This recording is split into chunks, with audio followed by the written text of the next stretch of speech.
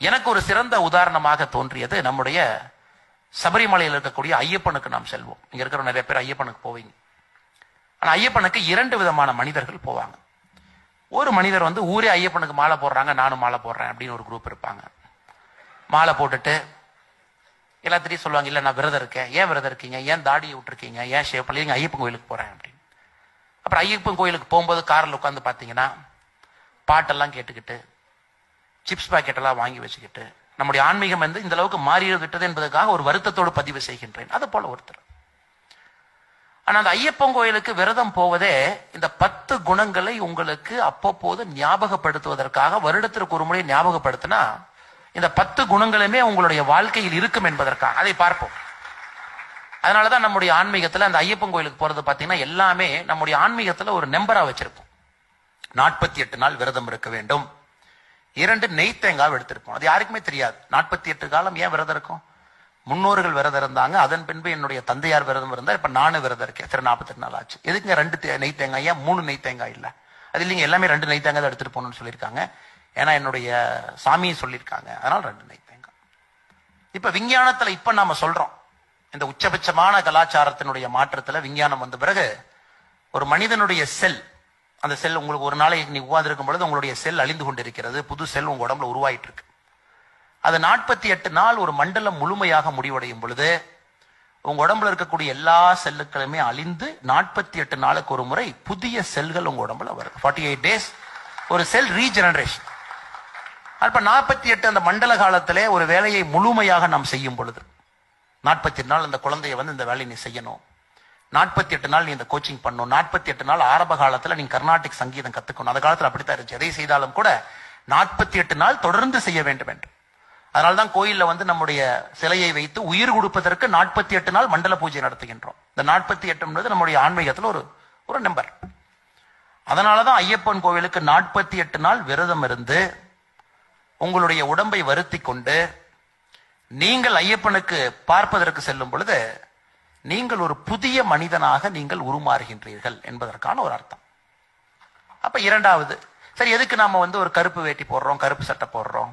அது எதற்காக நாம் வந்து சாப்பிடக்கூடாதுங்கிறாங்க. காலையில வந்து குளிர்ந்தண்ணில குளிக்கணும், கோல்டு வாட்டர்ல குளிக்கணுங்கிறாங்க, 4 மணிக்கு எந்திரிக்கிறாங்க. அதெல்லாம் எதுக்கு சார்? நான் என் உடம்புல நல்லா இருக்கேன், நான் வந்து சுடுதண்ணில ஹீட்டர் போட்டு குளிச்சுக்கிறேன், நான் 10 மணிக்கு எந்திரிக்கிறேன், நான் யாருக்கு எந்த தீங்கும் பண்ணல. அதையே நீங்க இன்சிஸ்ட் பண்றீங்க. அதெல்லாம் எங்கர் ஜெனரேஷன், குறிப்பா அந்த ஜெனரேஷன் எக்ஸ் அவங்க நிறைய கேட்கிற கேள்வி, எதுக்கு அதை பண்றீங்க? அப்படி ஒரு மனிதனுடைய உச்சகட்ட இவால்மெண்ட் இப்ப இந்த இதுல சொல்றாரு, பக்திய ஞானத்துக்கு சொல்றாரு நம்முடைய ப்ரொஃபசர் PR முகுந்த் ஐயா. அதாவது நீங்களாகவே உங்களுடைய உடம்புக்கு ஒரு தண்டனை கொடுக்குறீங்க.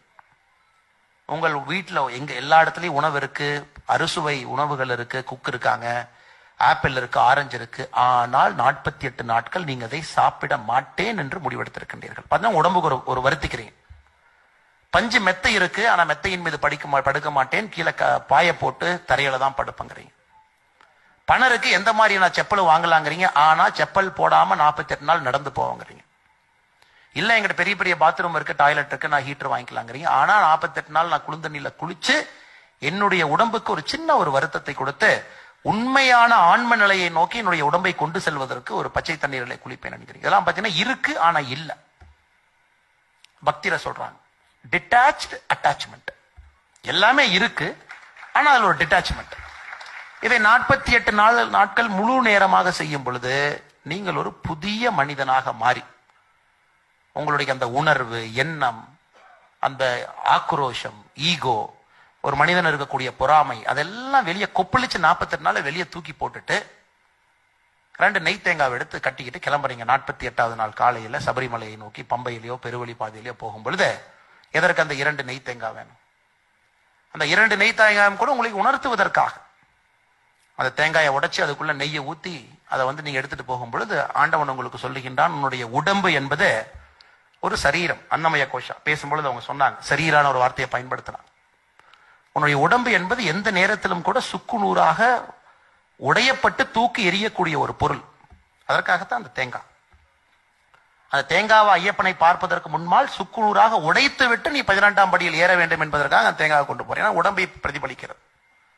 அந்த உடம்புக்குள்ள இருக்கிற நெய் எதுக்குங்க? நெய் என்பது உங்களுடைய ஆன்மா. ஐயப்பனை இந்த நெய்யை கொண்டு போய் நான் சுத்தப்படுத்தி ஐயப்பனுக்கு அந்த நெய்யை படைத்து விட்டு நெய்யை திரும்ப கொண்டு வரும் பொழுது என்னுடைய ஆன்மாவை சுத்தப்படுத்தி 48 நாட்கள் அந்த மண்டல விரதத்திலிருந்து ஒரு புதிய மனிதனாக வருகின்றேன். இல்ல எங்க ஹிந்து வந்துச்சு, இல்ல எங்க ஹிந்து ரிலீஜன் எங்க வந்துச்சு? ஹிந்து வாழ்வியல் முறை இதுல வந்திருக்கோ தவிர ரிலீஜன் வர. ரிலீஜன் என்பது கோட்பாடு. நீ ஒரு நாளைக்கு இத்தனை டைம் சாமி கும்பிடணும், இப்படித்தான் நீ வரணும், ஒரு நாள் வாரத்தில் இருக்கக்கூடிய ஒரு நாள் காலையில நீ வந்து யாரையோ பார்க்கணும், அவங்ககிட்ட போய் நீ பேசணும், அது கோட்பாடு. இது ஒரு வாழ்வியல் முறையில நம்முடைய முழுவதும் பஞ்சபூதங்களோடு இணைத்து உங்களுடைய குணங்களை நெறிமுறைப்படுத்தி நல்ல ஒரு மனிதனாக உருவாக்குவதற்காக இது இருக்கு. போகும்போது தேங்காய் எல்லாம் சுக்குநூறாக உடைத்து விட்டு அந்த நெய்யை எடுத்துட்டு போறீங்க. அது அந்த 18ஆம் படிக்கு அதுக்கு ஒரு சிம்பாலிசம் இருக்கு. 18 பொருட்களை 11 விஷயங்களை விட வேண்டும், 7 விஷயங்களை நாம் ஏற்றுக்கொள்ள வேண்டும். அது 200 நாளைக்கு அது பெரிய சப்ஜெக்ட்டுங்க. நீங்களும் அதை உணர்வீங்க, படிப்பீங்க. அதற்கு 18 அப்படிங்கிற நம்பர். அதையெல்லாம் தாண்டிய பிறகு விவேக் அக்னிஹோத்ரி என்ன சொன்னாங்க, ஐயப்பனை பார்ப்பதற்கு முன்பு முதலாக நீங்கள் ஐயப்பன் கோவிலில் பார்ப்பது தத்மவசி என்கின்ற ஒரு வார்த்தை. நம்முடைய உபநிஷத்தில் வரக்கூடிய 3 மகாகாவியத்தில் இது ஒரு மகாகாவியம். தத்மவசி என்று சொல்லுகின்றோம்.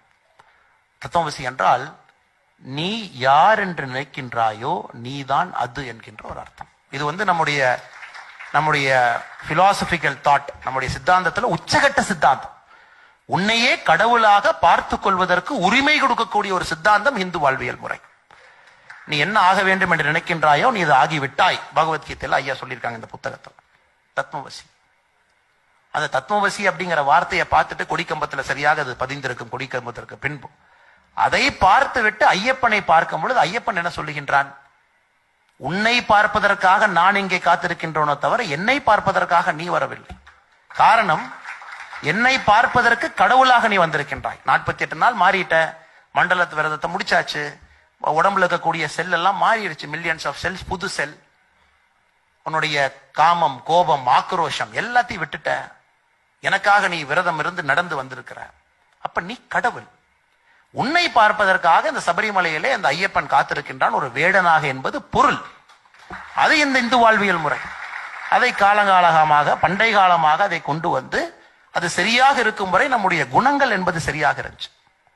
எந்த குணங்களுமே மாறல். ஞானம் இருந்தது, பக்தி இருந்தது, வைராகியம் இருந்தது, யோக நிலை வரை சரியாக இருந்தது, கடைசி நிலை பலம் வரை இருந்தது. அதை நம்முடைய குரு திரு முகுந்த் அவர்கள் இன்று மறுபடியும் அந்த புத்தகத்தின் மூலமாக நமக்கு அதை ஊர்ஜிதம் செய்கிறார். இன்னும் நீங்க பண்ணுங்க அப்படிங்கிற. இதை செய்யும் பொழுது அதனாலதான் நம்முடைய